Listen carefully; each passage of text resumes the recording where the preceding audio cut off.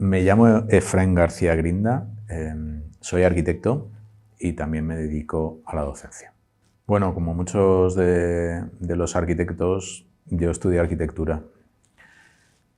Mi interés personal viene de lejos, viene de los viajes y de los recorridos y de la trayectoria de mi familia, que tiene y ha tenido una relación con la ingeniería y con la arquitectura muy particular. Entonces, personalmente sí tuve unos comienzos en los que comencé a entender lo que era la arquitectura antes de saber el nombre de ningún arquitecto y antes de empezar a entender que era algo proyectado y que a través de la vida de las personas. En muchos sitios, en muchas localizaciones, en muchos viajes. Algo muy intenso y muy formativo, la verdad. Yo nací en Madrid, lo que ocurre es que mi familia es bastante diversa, pero en concreto mis padres provienen del norte de España y de alguna manera eso ha marcado mucho mi vida en muchos sentidos.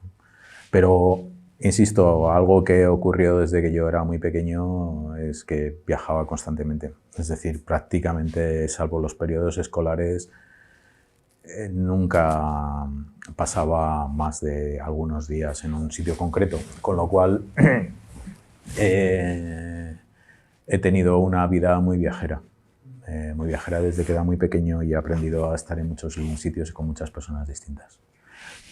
Fundamentalmente dentro de España, quiero decir que era el conocimiento de una España que difiere mucho de la que podemos ver hoy en día, y además una España fundamentalmente rural, por muchos lugares, muchos pueblos pequeños, remotos, recónditos, y lugares en los que se extrañaba de ver a personas que no pertenecían a la comunidad en concreto. Estamos hablando, claro, de finales de los años 60 y principios de los 70, en un momento en el que todavía se podía entrar en contacto con formas de vida dentro de un país europeo que eran muy tradicionales, muy ligadas a la producción agrícola, con muchas características que hoy prácticamente han desaparecido. Y eso para mí fue muy formativo, entender todo ese mundo de diferencias culturales y de diferentes modos de vida, ¿no? Para un niño de ciudad, entrar en contacto con todo aquello era una experiencia fascinante, la verdad. Bueno, no, en realidad fue la decisión más ilógica del mundo, porque todo el mundo me decía que no estudiase arquitectura, que se me había vuelto loco. O sea, que como casi todas las familias que tienen que ver por una cuestión o por otra con el mundo de la arquitectura, lo primero que te dicen es ni se te ocurra. Con lo cual, el problema fundamental que ocurría en aquel momento en ese mundo que eran los primeros años de la democracia en España, es que tampoco había tanta variedad para elegir carreras de orden creativo y que tuviesen algo que ver con el pensamiento. Entonces no había prácticamente, salvo Bellas Artes o Arquitectura, no había mucho donde escoger. Y siempre, bueno, no siempre, pero muchas personas elegían carreras que en realidad no era lo que le hubiera gustado estudiar a la persona, pero que algo que sentía cierta afinidad, que podía tener algo que ver con lo que a él le interesaba de verdad, pero en realidad no era aquello que le interesaba. A mí me ocurría con la arquitectura. Bueno, era como, bien, es algo que tiene que ver con lo que me interesa. Me interesaba el mundo de la filosofía, me interesaba el mundo de las artes plásticas, me interesaba el mundo también del diseño, pero en realidad no había ninguna carrera que en ese mundo tan normativo después de la dictadura no había ninguna carrera que sintetizase o que acogiese a alguien que quisiese estudiar pero no quisiese estudiar nada técnico o no quisiese estudiar una salida profesional, ¿no? Como en el mundo de la arquitectura. Hay que tener en cuenta que, claro, yo por lo menos estudié en una España que salía de 40 años de dictadura y que era muy peculiar en aquel momento. Muy normativa en muchos aspectos, muy prescriptiva, es decir, una educación muy extraña en el fondo, ¿no? para la Europa de ese momento. Yo creo que lo he explicado antes, la experiencia de viajar tanto y de conocer tanta gente es fundamental. Y entender que además desde la persona que que cuida a los animales de una manera especial o que cultiva de una forma curiosa, o la persona que hace los utensilios para la comunidad, cerámica, muebles, etc., son gente que hace, y hace con una pasión y con un interés y con además un entendimiento, no diría intelectual, pero que sí que piensa sobre lo que hace mientras que lo está haciendo, ¿no? Con lo cual yo creo que hay algo que yo aprendí cuando era muy pequeño, y es que la gente que hace reflexiona sobre lo que hace y por tanto al final se convierte en pequeños, no voy a decir maestros, pero en gente que te enseña el camino de lo que puedes estar haciendo todo el resto de tu vida. En la escuela sí, mucha gente que marcó mi trayectoria. Cristina y yo, la persona con la que comparto vida y trabajo, siempre hemos dicho que es muy bueno tener muchos amigos, pero que los amigos no son necesariamente aquellos que con los que te encuentras en la vida. Por supuesto, hay muchos de ellos que son gente cercana, con la que compartes trayectoria, con la que has compartido la escuela. A nosotros nos gusta pensar que tenemos muchos amigos. La mayor parte de ellos están muertos. Pero eso no quiere decir que no mantengamos conversaciones interesantes con ellos y que sean aquellos que nos apoyan y que nos muestran el camino y que nos enseñan y encuentras alivio y consuelo, que es de las cosas más importantes en esta vida, cuando las cosas no van bien, y apoyo y consejo cuando las cosas te van bien. Entonces, bueno, mentores y gente con la que hemos compartido trayectoria, pues es que es infinita la lista, ¿no? De los más cercanos, pues te diría personas que, claro, directamente ves que se puede hacer una vida dedicada a hacer cosas interesantes sin necesidad de preocuparse excesivamente por digamos, los asuntos más inmediatos, ¿no? Seguramente mi padre, seguramente algún profesor importante en nuestra trayectoria de ambos, ¿no? que sí que nos enseñaron que es posible ir más allá de resolver las cosas de una manera inmediata. Cuando ambos nos encontramos, Cristina y yo, de las primeras cosas que compartimos es esa pregunta que nos hacíamos de si realmente nos gusta la arquitectura. Y la respuesta era no. Pero no porque había una manera de hacer arquitectura y de enseñar arquitectura y de ser arquitecto que nos parecía completamente ajena a nuestro mundo y a nuestro mundo de intereses y a nuestras personas y a lo que habíamos vivido y a aquello que nos gustaba y a aquello que entendíamos que era la vida, simplemente. Entonces, la primera cosa que dijimos es no nos gusta la arquitectura, pero queríamos decir no nos gusta la arquitectura que conocemos, que tenemos acceso, que tenemos... E inmediatamente, Cristina había estudiado en Londres y yo también, como comentaba, había viajado muchísimo. Enseguida encontramos a la gente más cercana, a esos amigos, fuera. No solo los muertos, sino también los vivos. Y enseguida, naturalmente, encontramos muchos paralelismos con gente que hacía cosas fuera de nuestro entorno inmediato, en nuestro entorno físico. Y desde ese momento, pues, es que simplemente estábamos conectados con otras personas completamente distintas. Algunas de Madrid también, ¿no? Pero gente que tenía otro entorno y que conversaba y que mantenía relaciones con otras personas fuera de lo que era esta ciudad, que en el fondo no deja de ser una ciudad que, aunque tiene muchos millones de habitantes, está situada en un extremo de Europa y es una ciudad muy provinciana y en el fondo muy anclada al pasado. Y yo creo que ambos nos veíamos como personas que no tenían nada que ver con ese entorno. No teníamos nada que ver con el pasado, no teníamos nada que ver con una manera y una forma de hacer arquitectura que hay que decir que estaba muy ligada a los años anteriores, a los años de la dictadura, con ciertas formas y ciertas maneras de entender el mundo de la construcción de los entornos muy conservadores. Y nuestro deseo inmediato cuando empezamos a trabajar era romper con todo eso, romper con esa forma de ser arquitectos y hacerlo de una manera más natural. Ahora ya somos más mayores, pero en su momento todo el mundo vestía de la misma manera, todo el mundo se expresaba de la misma forma, había una forma canónica de ser arquitecto y nosotros no queríamos en absoluto estar relacionados con nada de eso. tiene una respuesta de juventud, ¿no? de romper con aquello que tienes alrededor, pero también era el deseo de conectar, que yo creo que es una cosa que enseguida nos unió, de conectar la arquitectura con el mundo de una manera más amplia, con el mundo, con todas las cosas, con toda la fascinación, con todas las manifestaciones culturales, en toda su profundidad, desde las populares a no las populares, las vernáculas, las más fashion también, las más de último momento, toda clase de cosas que pudiésemos incorporar a la arquitectura. De hecho, cuando comenzamos a dar clase, lo comenzamos a dar para dar la oportunidad a la gente que era como nosotros para realmente conectarla con su vida y con sus intereses. Y no necesariamente que el empezar a estudiar arquitectura fuera como convertirse en una especie de comunión extraña de señores raros que solo hablaban de sus cosas y a los que nadie entendía, ¿no? Y en esa voluntad y en ese afán de conectar la arquitectura con muchísimas otras cosas empezamos a tener una oficina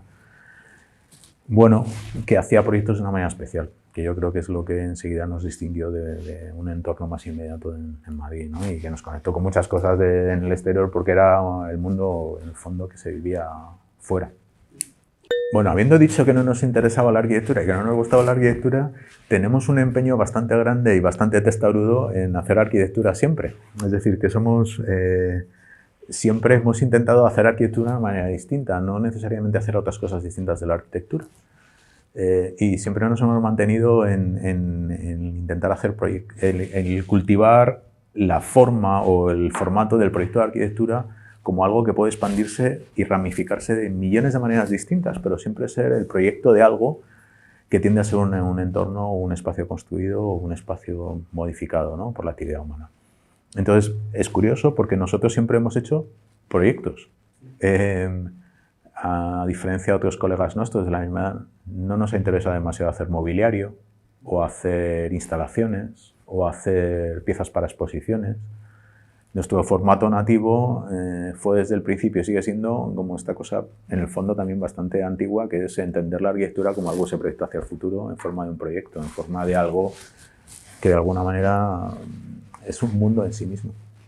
No le llamaría edificio, pero que sí tiene esa condición de entenderse como una totalidad, como un sistema, con un sistema de reglas autónomo a todo lo que le rodea.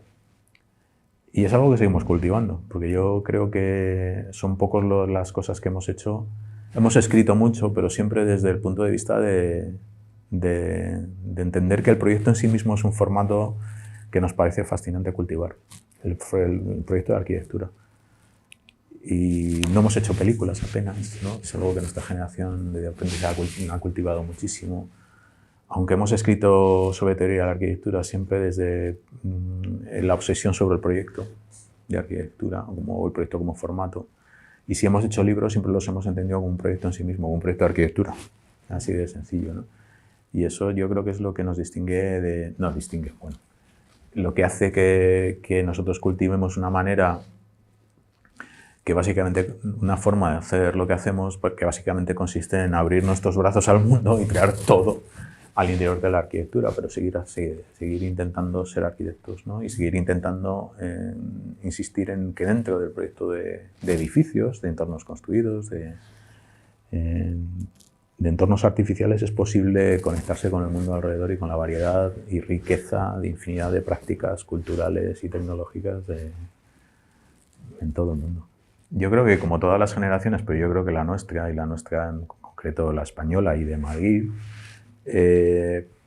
no solo es que hayamos sufrido varias crisis económicas, ¿no? Y falta de trabajo como arquitecto, es que hemos sufrido todo tipo de episodios que para nuestra generación, la gente que tiene nuestra edad aquí en esta ciudad, ha hecho muy difícil construir y hacer edificios, ¿no? Y hacer edificios con una cierta calidad, también por el sesgo neoliberal que la ciudad ha tomado, ¿no? en los últimos años.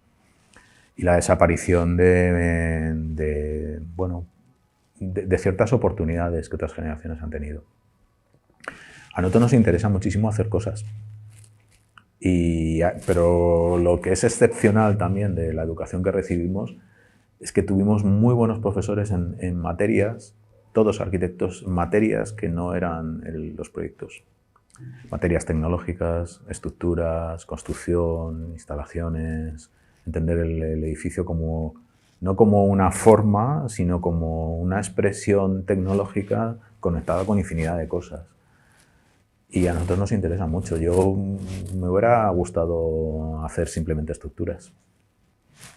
A mí personalmente, simplemente con esto me hubiera sido feliz. Y todas los pocos edificios que hemos hecho, que hemos llevado a cabo o terminado, tienen siempre cosas de estas. También porque en España hay algo muy peculiar que ahora está desapareciendo, pero yo creo que ha sido constante durante décadas, que es la posibilidad de hacer cosas muy especiales. Porque la industria de la construcción nunca se ha llegado a desarrollar de la forma, o ha llegado a tener el desarrollo industrial normativo y tecnológico que ha tenido otros países europeos. Y aquí ha habido un desarrollo muy peculiar en el que a partir de un cierto momento te tenías que, o te veías empujado a encontrar soluciones muy particulares por las economías de obra, ¿no? Por las economías de las construcciones digamos, los propios procesos de las obras, y ha sido siempre más barato hacer inventos que hacer construcciones o edificios tecnológicamente desarrollados. Era mucho más barato y era mucho más interesante. Y los clientes a partir de un cierto momento lo demandaban, porque si no los edificios costaban muchísimo dinero. Entonces yo creo que todos no todos, Cristina y yo creo que tenemos esa pasión, ese interés por llegar hasta lo más concreto de los edificios. También es que hay que decir que sorprende, porque nosotros nunca hemos tenido esa trayectoria de empezar a hacer cosas pequeñas, ¿no? Piezas pequeñas, mobiliarios, instalaciones en pequeños edificios, casas unifamiliares y edificios grandes, que es una trayectoria muy natural en muchos países europeos y americanos, ¿no? Casi todos nuestros colegas de nuestra edad en América comienzan con las casas con pequeñas casas unifamiliares o con extensiones, ¿no? En la parte de atrás de viviendas, empiezan a hacer algunas viviendas digamos, para familias, y luego empiezan a construir, quizás en edad más madura, edificios más grandes. Ya digo que nosotros hemos tenido varias crisis encima de los hombros que nos han impedido terminar edificios que teníamos proyectados, pero es que desde el momento uno proyectábamos edificios de escala, momento uno quiero decir desde prácticamente cuando comenzamos a tener el estudio, teníamos encima de la mesa proyectos de una cierta envergadura y de una cierta escala, ¿no? Y con esa necesidad de llegar a soluciones constructivas interesantes. Bueno, nosotros siempre contamos que la herramienta más importante es el cerebro y la segunda herramienta más importante es la mano. Y lo que es crucial es la conexión entre la mano y el cerebro, que en el fondo es lo que determina casi todas las prácticas humanas. Esa es la voluntad de encontrar cosas con las que llevar a cabo tus pensamientos. Nosotros siempre hemos sido muy fans del dibujo. Siento decepcionar a muchas personas porque no es muy tecnológico, pero somos muy fans del grafito y del papel. Y todavía a día de hoy dibujamos y dibujamos mucho.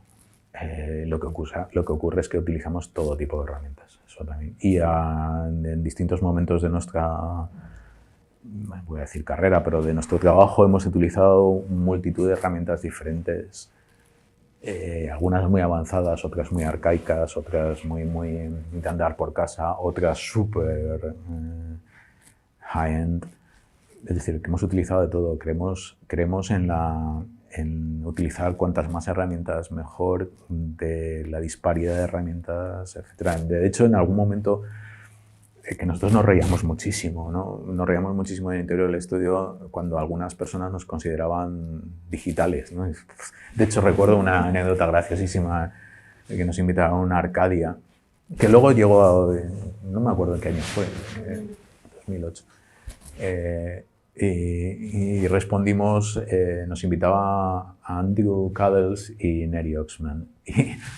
Y con una invitación muy encantadora, etcétera, etcétera, que tardamos semanas en responder, porque no sabíamos qué responder. Y les acabamos respondiendo que creíamos que se habían equivocado, que nosotros no éramos esos que se pensaban que éramos, y que no podíamos ir a una Acadia a contar nada, porque en realidad éramos protodigitales, no teníamos nada que hacer, ¿no? Y precisamente por esa respuesta tan de, mira, es que nosotros lo parece, pero en realidad somos muy rudimentarios en muchas de las herramientas que empleamos y no hacemos código ni nada por el estilo, acabaron surgiendo oportunidades bastante graciosas, ¿no? Precisamente por esa respuesta acabamos dando clase en la Architectural Association, en parte, no en todo, pero en parte por ello. En parte empezamos a tener una relación muy fluida con muchos colegas americanos. Y nosotros hemos cultivado muchas clases de herramientas y de mucho tipo. Y nunca hemos tenido algo que nos distinga, salvo el que seguimos dibujando hoy en día. Y que mis dibujos preferidos son los de Cristina y creo... bueno, no creo, sino que me gustaría pensar que los dibujos preferidos de Cristina son los míos. No creo que lo sean. Hemos dado clase en muchísimos sitios y en muchos sitios nos hemos sentido cómodos. Yo creo que el sitio donde de repente encontramos nuestro lugar en el mundo académico fue la Architectural Association. Por una serie de circunstancias, yo recuerdo que también comentábamos cuando nos conocimos, yo personalmente tenía, bueno, cuando vivía todavía con mis padres tenía una librería muy cercana de arquitectura y uno de los libros que siempre ojeaba al entrar, incluso antes de estudiar arquitectura, ¿no? Entraba en esa librería y miraba libros, etc. Y los libros que más me llamaban la atención, curiosamente, aparte de los de arquitectura clásica, etc., era un pequeño estante pequeñito que había en la entrada, justo enfrente de la puerta, donde colocaban algunos libros académicos. Y me llamaba tremendamente la curiosidad como una escuela de arquitectura, porque yo tenía conexiones con las escuelas de arquitectura, podía ser tan extraña cuando miraba los libros de la Architectural Association, ¿no? Tenían todos los libros, los prospectus y los de los project review. Y estoy hablando de cuando tenía 16 años, 15 años. Me entraba allí, miraba aquello y era como, qué arquitecturas tan raras y qué temas tan extraños tratan en este sitio. Y la verdad es que mucho tiempo después, claro, acabamos dando clase allí durante casi 10 años. Y tengo que decir que los 2 primeros años fueron los 2 años más felices académicamente que hemos tenido nunca. Porque de repente encontramos que había otras personas como nosotros en el mundo. Puede resultar muy ridículo, ¿no? Pero de repente era como un sistema de afinidades, de sentirse colegas, en el buen sentido de la palabra, con los mismos problemas, con situaciones completamente distintas y backgrounds diferentes de todo el mundo, pero que de repente compartíamos muchísimas cosas. Y curiosamente encontramos también la misma afinidad con los estudiantes. Se estaba en un sitio muy especial para hacer cosas muy especiales, de una manera muy especial, sin saber lo que iba a salir. Y eso era algo que nosotros llevábamos en aquel entonces, pues 15 años trabajando en el estudio, y de repente, cuando uno se piensa que está, no voy a decir solo en el mundo, porque parece muy patético, pero cuando uno se piensa que hay muy pocos o que no tienes un sistema de afinidades con la gente más cercana geográficamente, llegas a un lugar y te parece que todo el mundo es como tú eres, ¿no? En el sentido que tienes unos intereses parecidos, que tienen la misma pasión, la misma manera de mirar a las cosas, el mismo sentido de desprendimiento con respecto a las cosas más convencionales para poder hacer algo, ¿no? Y eso fue un descubrimiento que fue maravilloso, porque en el fondo fuimos a la Architectural Association pensando que nos íbamos a quedar un año y acabamos dando clase casi 10 años allí. Y probamos millones de cosas muy locas que nos interesaba probar y que luego luego se han visto en muchísimos sitios, ¿no? No digo que fuésemos los primeros ni en intentarlas ni en probarlas, pero que sí se han convertido, desde luego, con muchos, también porque muchos seguro que son preocupaciones generacionales, se han convertido en cosas no muy comunes, pero cosas que se han repetido por muchos lugares en el mundo. El interés por grupos sociales marginalizados, excluidos, por situaciones de poder asimétricas, por relaciones con otras especies, con el espacio público entendido de una manera completa y radicalmente diferente a lo que era habitual entonces.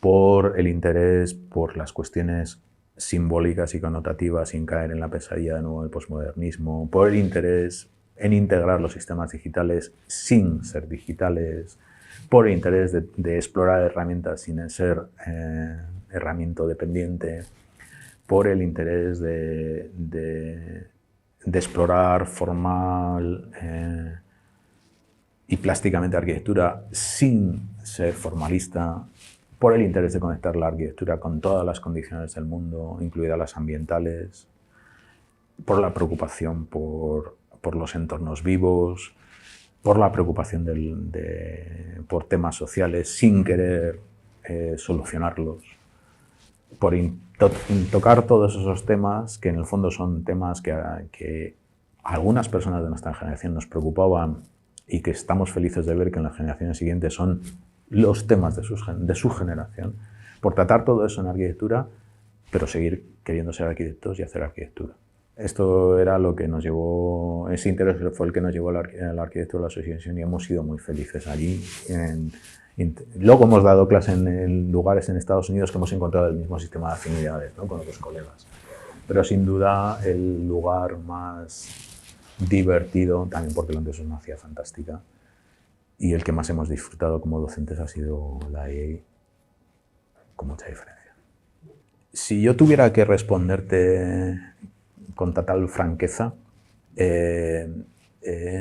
y tuviese que pensar de nuevo en cómo enseñar en Langevante, la cambiaría de arriba abajo.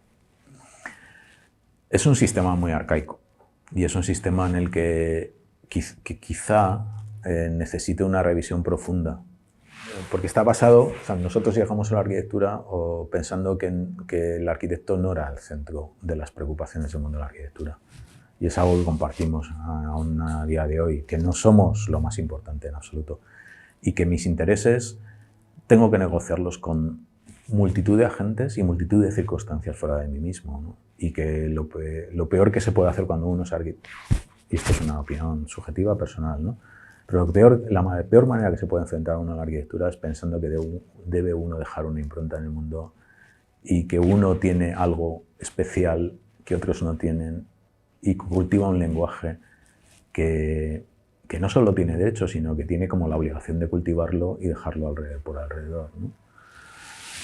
Y ese sistema basado en la importancia de los lenguajes subjetivos, en la importancia del arquitecto como figura, de las grandes figuras, de los grandes nombres, de los lenguajes personalistas, a mí me resulta totalmente ajeno. Y es una manera muy suave de decirlo. Me produce algo rechazo y me parece que es algo que hay que revisar profundamente.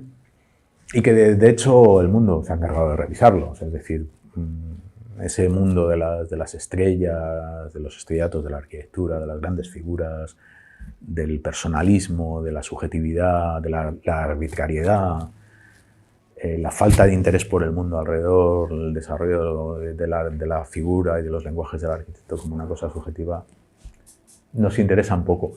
Y es algo que hemos intentado desmantelar desde dentro. Desmantelar el sistema de cátedras, que es algo, ¿no? Pues, ¿cómo va a haber una persona que sabe más que otras? Pues a lo mejor tienes más experiencia, ¿no? Pero ¿cómo alguien puede tomar todas esas decisiones? ¿Cómo puede estar basada la figura solamente en figuras individuales? Si la arquitectura siempre ha sido y será una empresa colectiva. Es de muchos. Primero, porque el arquitecto siempre es alguien que trabaja para otros o por encargo de otros. No solo por encargo en el término tradicional, sino que representa a otros. Que es la confluencia de muchas otras mentes, ¿no?, que se enfrentan a millones de cosas, que los edificios son para millones de gente, para muchísimas individuales, y además están hechos físicamente por muchas personas. ¿Cómo el arquitecto puede pensarse que es la figura central de todo ese mundo, ¿no?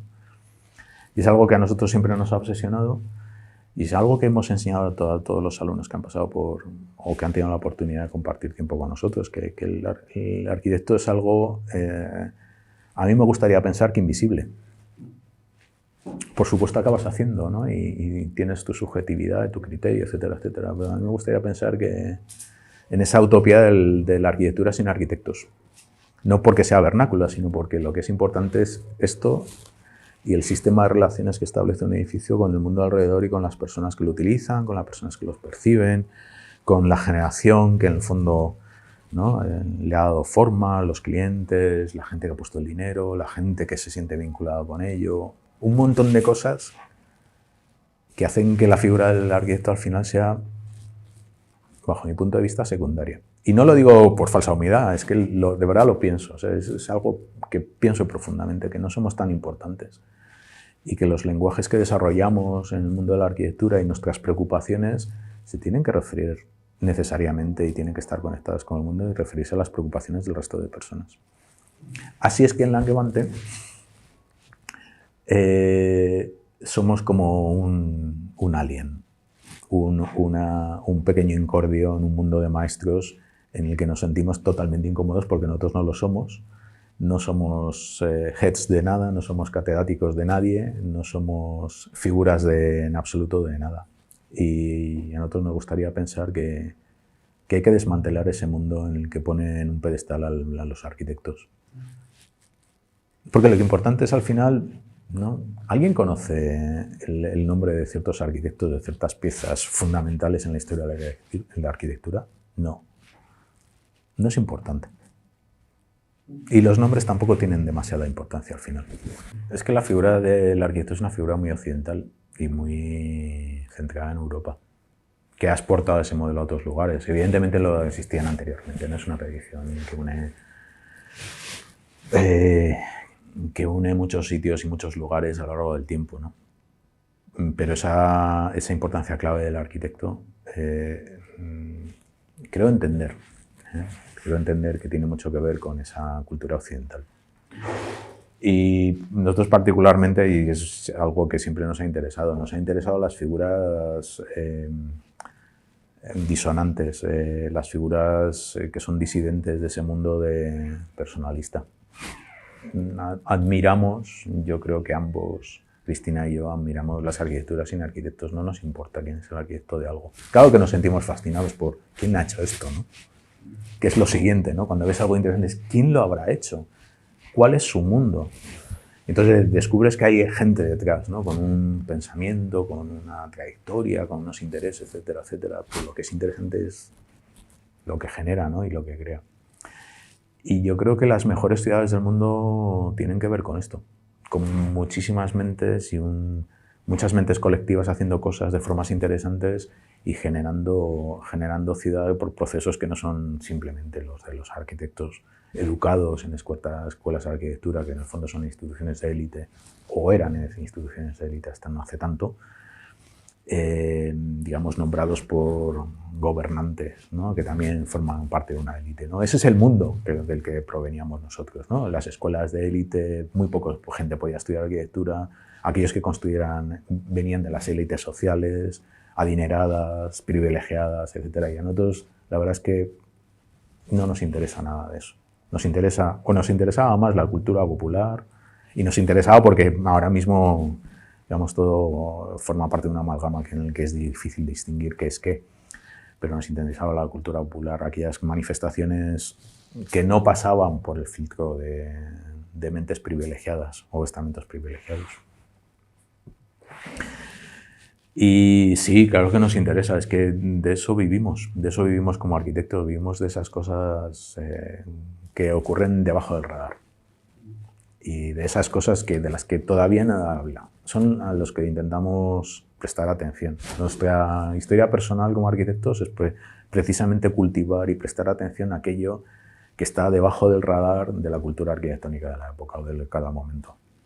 Luego terminan aflorando, ¿no? Como muchos de los temas que explicábamos antes, terminan convirtiéndose en temas fundamentales, seguramente con otro vocabulario, ¿no? Con otra manera de entender además, pero para nosotros el descubrir formas de hacer arquitectura conectadas con el mundo es fundamental. Para eso tenemos que mirar qué son las cosas que todavía los arquitectos al mundo de la arquitectura todavía no le interesan, ¿no? Que son germen de algo, de procesos creativos y de maneras de hacer que pueden ser potencialmente interesantes.